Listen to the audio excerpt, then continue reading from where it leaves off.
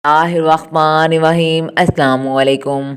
ज़हाक से रवायत है कि नबी करीम सल्लल्लाहु अलैहि वसल्लम ने फरमाया, मैयत पर सबसे सख्त हालत इस वक्त होती है जबकि गुस्ल देने वाला उसको नहलाने के लिए आता है, इसकी उंगली से अंगूठी उतारता है, जिस्म से लिबास उतारता है, सर से मामा जुदा करता है, इसकी रूह बेचैन होकर फरियाद करती है जिसकी आवाज़ जीनो इंसान के इस आवाज़ सब सुनते हैं और कहती है, ए नहलाने वाले, तुझको खुदा की कसम मेरे कपड़े बहुत नरमी से उतारो, क्योंकि मलकल मौत के पंजा की तकलीफ़ से मुझे पूरे तौर अपने अभी आराम नहीं मिला।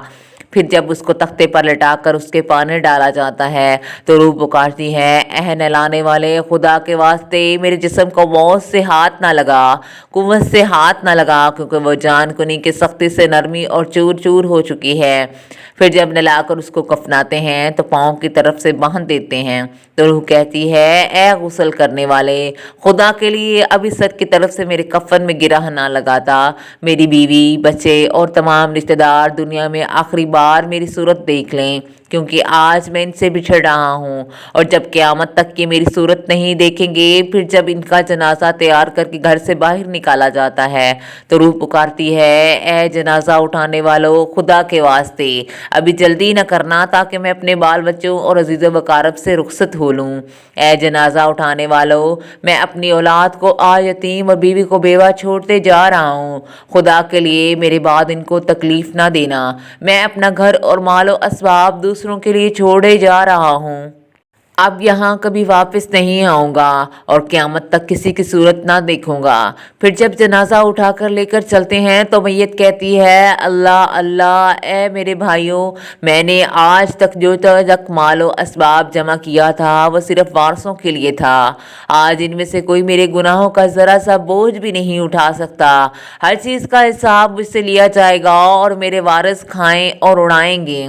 फिर जब नमाज जनाजा के बाद दफन से पहले कुछ लोग अपने अपने घर जाने लगते हैं तो मैयत कहती है, ऐ मेरे भाइयों, खुदा के वास्ते अभी से ऐसा जुल्म ना करो, मरने वाला तुमसे मानूस था और तुम दफन से पहले लौटे जाते हो। फिर जब उसे कब्र में उतारते हैं तो मैयत कहती है, ऐ मेरे वारसो और तरका पाने वालों, मैंने जो कुछ माल जमा किया था वह सब तुम्हारे लिए छोड़ा, खुदा के लिए तुम मुझको दुआए खैर और फातिहा से बुला न देना।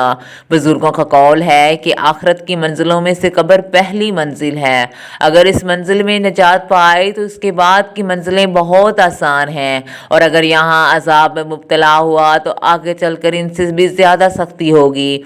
हदीस शरीफ में है कि मुर्दा कब्र में से ऐसा है जैसे कोई शख्स पानी में डूब रहा हो और मदद के लिए फरियाद करता हो। मुर्दा हर वक्त अपने माँ बाप, भाई बहन, औलाद और दोस्त वगैरह अपने पमानदा से दुआ खैर और फातवा का मुंतज़िर रहता है। जब इसको पसमानदगान की तरफ से कोई तोहफा सवाब पहुँचता है तो इसके लिए तमाम दुनिया और जो कुछ दुनिया में से है महबूब व मरगूब होता है और अल्लाह ताला इसके रिश्तेदारों की दुआ खैर के सवाब को कब्रिस्तान वालों पर पहाड़ों के बराबर दाखिल फरमाता है। मौत एक दरवाज़ा है जिसमें सब लोगों ने दाखिल होना है।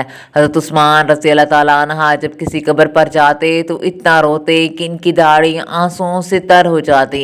आपसे पूछा गया, आप जन्नत और जहन्नम का तज़किरा करते हैं तो नहीं रोते मगर कब्र देख कर रोते हैं? कहने लगे, रसूलुल्लाह सल्लल्लाहु अलैहि वसल्लम ने फरमाया कि कब्र आखिरत की पहली मंजिल है, लिहाजा अगर मरने वाला इससे निजात पाएगा तो बाद की मंजिल इससे कहीं ज़्यादा आसान होगी और अगर इसकी तकलीफ़ से निजात ना पाया तो बाद के मराहिल इससे भी ज़्यादा सख्त होंगे। और फरमाया, रसूलुल्लाह सल्लल्लाहु अलैहि वसल्लम का इरशाद है कि मैंने कभी कोई मुंतज़िर नहीं देखा मगर कब्र इससे ज़्यादा सख्त है। क्या हमारे लिए इन कब्रों में से इबरत नहीं है? देखिए, मालदार, फ़कीर, ताकतवर, कमज़ोर, सब कब्रों वाला दुनिया में लौटने की ख्वाहिश रखते हैं, माल जमा करने और महल बनाने के लिए नहीं बल्कि इसके लिए कि काश हमें एक नमाज़ पढ़ने की मोहलत मिल जाए, काश हमें एक दफ़ा सुबहान अल्लाह कहने की फ़ुर्सत दी जाए, लेकिन अब नामुमकिन है। अब अमाल नामे लपेट दिए गए हैं, रूह जिस्म से निकाल दी गई है, ज़िंदगी की मोहलत ख़त्म है। अब हर मैयत अपने अमल के मरहून होकर कब्र में पड़ी है।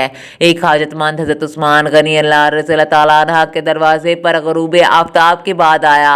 अभी इसने दस्तक न दी थी कि हज़रत उस्मान गनी रज़ी ताला अन्हा की आवाज़ इसके कानों में पड़ी और वो अपनी अहलिया से शिकायत कर रहे थे कि چراغ کی بتی موٹی ہے جو تیل زیادہ استعمال کرنے کا سبب بن رہی ہے۔ حاجت مندوں نے جو سنا تو وہ سوچتے ہی رہ گیا کہ وہ ایسے شخص سے حاجت بری کا کیا توقع کرے گا جو تیل کے معمول سے زیادہ خرچ کرنے پر اپنی بیوی کو سرزنش کر رہا ہے۔ اس نے ارادہ کیا کہ حاجت بیان کر کے دکھاؤں، شاید وہ میری کچھ امداد کر دیں۔ دستخط سن کر حضرت عثمان غنی رضی اللہ تعالیٰ عنہ باہر آئے۔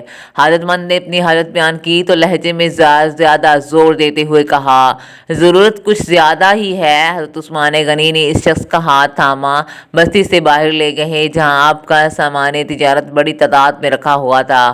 فرمایا، یہ سب تیری نظر ہے، لے کیا اس سے تمہاری ضرورت پوری ہو جائے گی؟ وہ شخص حیران ہکا بکا دیکھتا رہ گیا۔ چنانچہ اس نے عرض کیا، حضرت یہ سب کچھ میری ضرورت سے زیادہ ہے۔ امیر المومنین نے فرمایا، مجھے خوشی ہے کہ یہ تمہاری ضرورت سے کم نہیں۔ اس شخص نے کہا، اے حضرت ایک بات بتائیے، چراغ کی بتی قدرے موٹی ہو جانے پر آپ اپنی زوجہ محترمہ کو کیوں ناراض ہو رہے تھے؟ حالانکہ چراغ اس قدر روشنی رکھنے میں شاید صرف 1 درہم کا تیل استعمال نہ ہوتا، تو وہ آپ کو گوارا نہ ہوا کہ یہاں ہزاروں کا سامان مجھے بلا تعمل دے رہے ہیں؟